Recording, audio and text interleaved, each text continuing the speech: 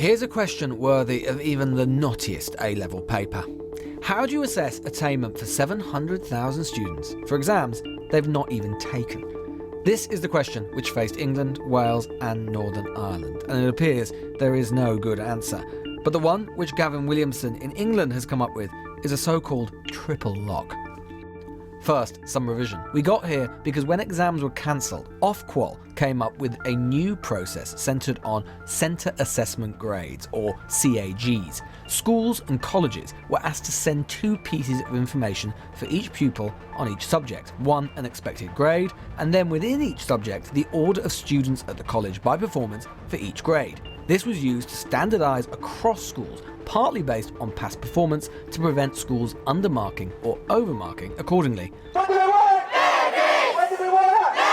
But as we saw in Scotland, this led to a problem. The algorithm used to standardise led to some unexpected results. It sometimes based too much on past performance and led to some more disadvantaged students losing out. This was considered unfair and the Scottish Government retreated.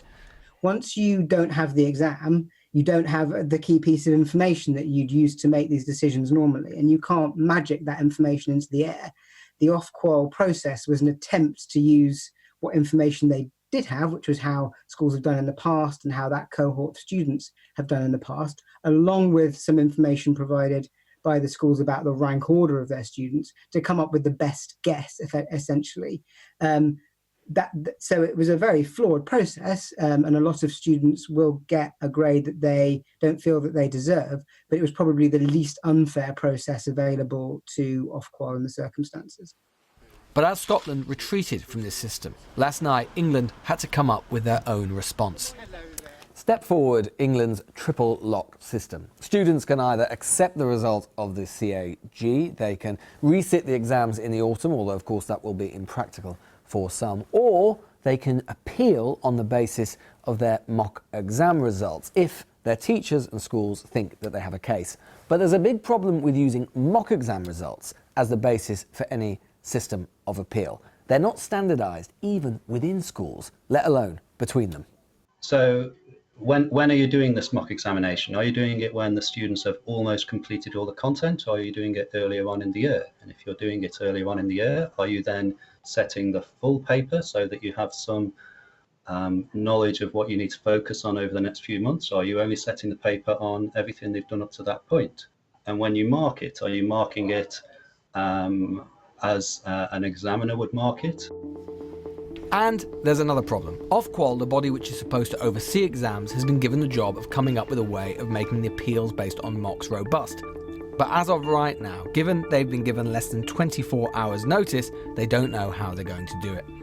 For students like Seema, the latest development has layered even more uncertainty upon the powerlessness they already felt. I feel like it's unfair, it's unjust. Students are, haven't had the opportunity to prove themselves. I haven't had the opportunity to prove myself, and sit that exam. Like, not all schools do mock exams, not all students have the opportunity to sit those exams. I personally, my father had a heart attack during the last mock exam, so I didn't get to sit that exam either. So that would be useless to you as a means of appeal, basically? Pretty much, yeah. Much will depend on how severe the downgrades are. Speaking to head teachers today, it is clear that in some places, as expected, there have been substantial revisions to the CAGs. One head teacher spoke of the fact that 60% of his students had had revisions to their grades. Now, if that is repeated across the country, even if the extent is relatively small, given the fact that there isn't a robust agreed appeal system in place here, and the fact that university clearing starts at 8 a.m. tomorrow, in some places at least, there will be confusion, if not chaos. There's also a great deal of worry about what the future might bring too. How can exams for next year go ahead in the traditional form with so much time lost? If we are not to be here in 2021, in the age of a pandemic, politicians might need to revise as hard as the students. Revise the very nature of how we assess the endeavours of those about to start life and work in this strange new world, not of their making. Lewis Goodall there. Well, joining us now are in the studio, Damian Hinds, former Education Secretary, and zooming in, Professor Parveen Yaqoob, Vice Chancellor of Reading University, and Jules White, who's a head teacher at Tanbridge House School in Horsham. Welcome to you all. I mean, let's start with you, Damian. This is a mess, isn't it? It's a very difficult situation, clearly. I mean, nobody wanted to be here, but it would be much, much better if these young people had been able to sit exams. But clearly this year that just hasn't been possible for the obvious reasons. I think the government's tried to do its best to come up with the fairest system, bearing in mind that I think it said in your film, there isn't really a perfect way to do it. This is based on teachers' assessments of the students who they know best, but then it's a fairness adjustment. And I think that probably is the right way to do it, but it's also right there are these extra safeguards, the safety nets, including the one that's about the mock exams. And that's only part of it, of course. As this started to unfold, really we got an idea yesterday evening that this was going to be changed. I'll be frank, struggled to understand what was actually going to happen. Now, what chance do you think students and parents have got of actually understanding now what they've got to do and how this is going to work?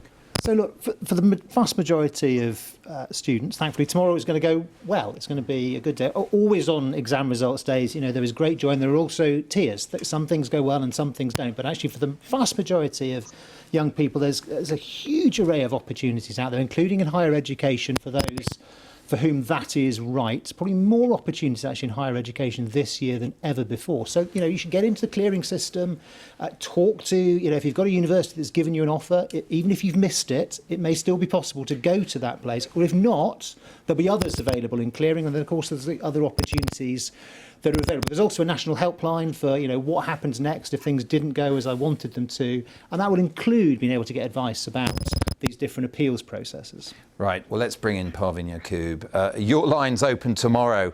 How are you going to cope with this situation? Well, thanks to the timing, the entire university admission system was almost in turmoil this morning.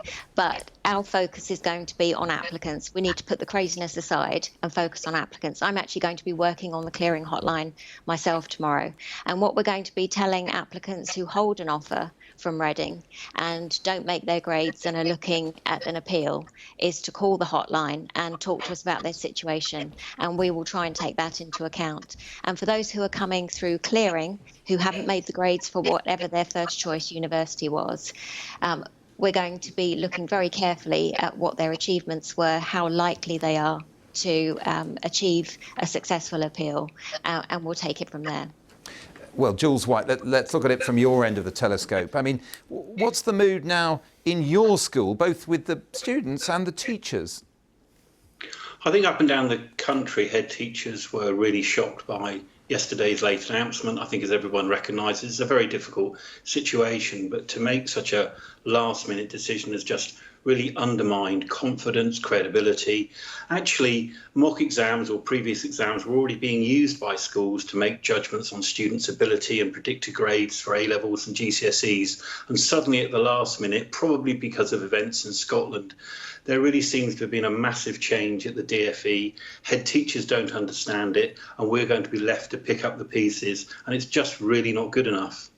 One of the big concerns, and it was expressed in Scotland too, is inequality and whether regrading disadvantages certain pupils. But I'm wondering whether what's happened in the past 24 hours doesn't pile that on, in the sense that it'll be the middle class parents and the pushy parents who figure this out and guide their kids through the system. Do you accept that there could be a further inequality now? It is quite right that we have to be very, very vigilant about that, and we'll see more as the result statistics come out. Our understanding on the data that's available so far, limited as it is at this point, is that it doesn't appear there's been a big impact on what's called the disadvantage gap. So it doesn't appear that this process has had a worse effect, if you like, or less good effect on disadvantaged children than others. But you're also right that as we come into the appeals processes, we have to be very, very vigilant about that still. That's one of the reasons, why, by the way, why it is a school-centred appeals system rather than an individual-centred appeals system, precisely to deal with that issue that you mentioned. That obviously some families are more active in those kinds of ways than others. Schools, of course, know their kids, want all the kids to do very well, and I'm sure will act on their behalf. Jules White, does that reassure you? Well, we don't even know what the appeals process is, and how can you have a proper appeals process when something's been dreamt up overnight in a panic? I think that we needed certainty, we needed sure-footedness, and that's not come through. Schools will make sure that students in their care are well supported, but what we need is a real sense of purpose. Schools, universities, head teachers like myself, we weren't even consulted on this type of decision, and there seems to be a disconnect between those making ultimate decisions at the Department for Education and school leaders, head teachers, working with families, trying to do things in their best interest. And at the end of the day, I think that this uncertainty has laid bare the failings of a very, very poor overall assessment system. It's a one-size-fits-all, everything hinging on one day. And the failings of that system that so many head teachers have talked about have really been laid bare for everyone to see. Damian Hinds?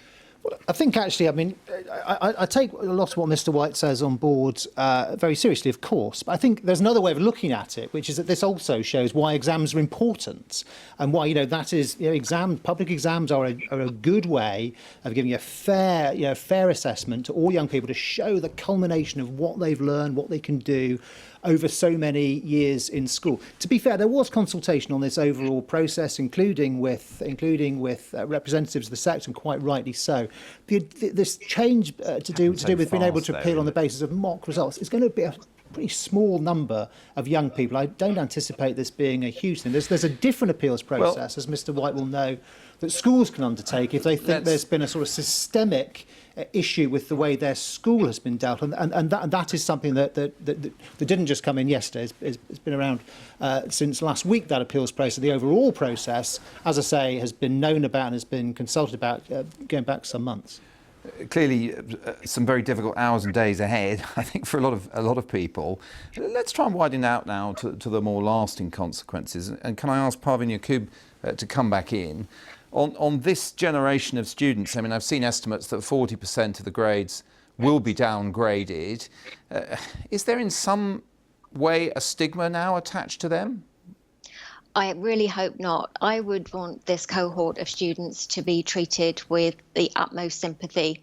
And I think it's also worth pointing out that exams aren't everything. We often see that students who actually don't perform very well at A-levels, if they choose the right course, they go on to excel. We've seen that time and time again, particularly with courses that involve placement years. So I wouldn't place too much emphasis on how these students have come out in these particular results. They can excel later in life if they find the right vocation. And can I also just say, I mean, it's also worth saying from the early data, the early analysis we have, we know that the proportion of young people getting the very top grades is going to go up through this process, not down. So overall, actually, for young people, this is for those who want to go to university, great universities like Professor Yaqoob's, this is overall a good year. And of course, for good reasons and bad, the number of 18-year-olds is quite low this year compared to other years. Of course, universities have lost international students, and that has problems attached to it, of course, but from this point of view, if your chances as a young person growing up and going to school in this country, if you want to go to university, that actually improves your prospects. The upgrading will create its own challenges, though, won't it? And Jules White, if I could ask you, I mean, do you get any sense that either students in the following year or the ones who left last year might in some sense either resent or feel that this is a special deal that the class of 2020 have got here?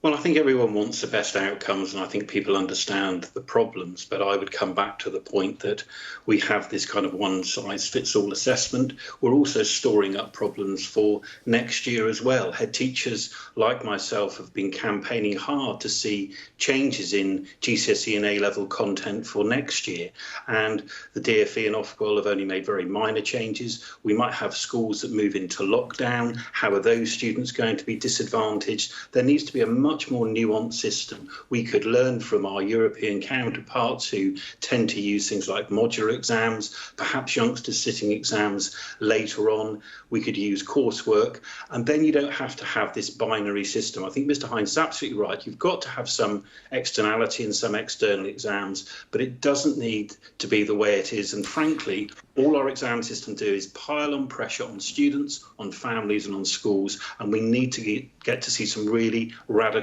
and fundamental reform going forward. Right. Not much time left, I'm very sorry, but can we just focus on one thing now in this last question, which is, will England have to go the way of Scotland in this and regrade? What does this do to the fortunes of Gavin Williamson? I mean, is his position going to become untenable because of this crisis? Yeah, look, I mean, I think Gavin and the other ministers at DfE, like so many others in this COVID crisis, have been dealing with unprecedented circumstances. I think everyone's been doing their best to try and make sure the system is as fair as possible to everybody. And that's why you've got these appeals processes in place, why there's the ultimate fallback of the autumn resits, or first sits, if you like, for those for whom that is right. But I think it is really important to come back to this point for young people and their parents tomorrow. There are a huge number of opportunities out there, and everybody should be looking to support our young people in taking advantage of those. Thank you very much, Damian Hinds, Parveen Yaqoob and Jules White.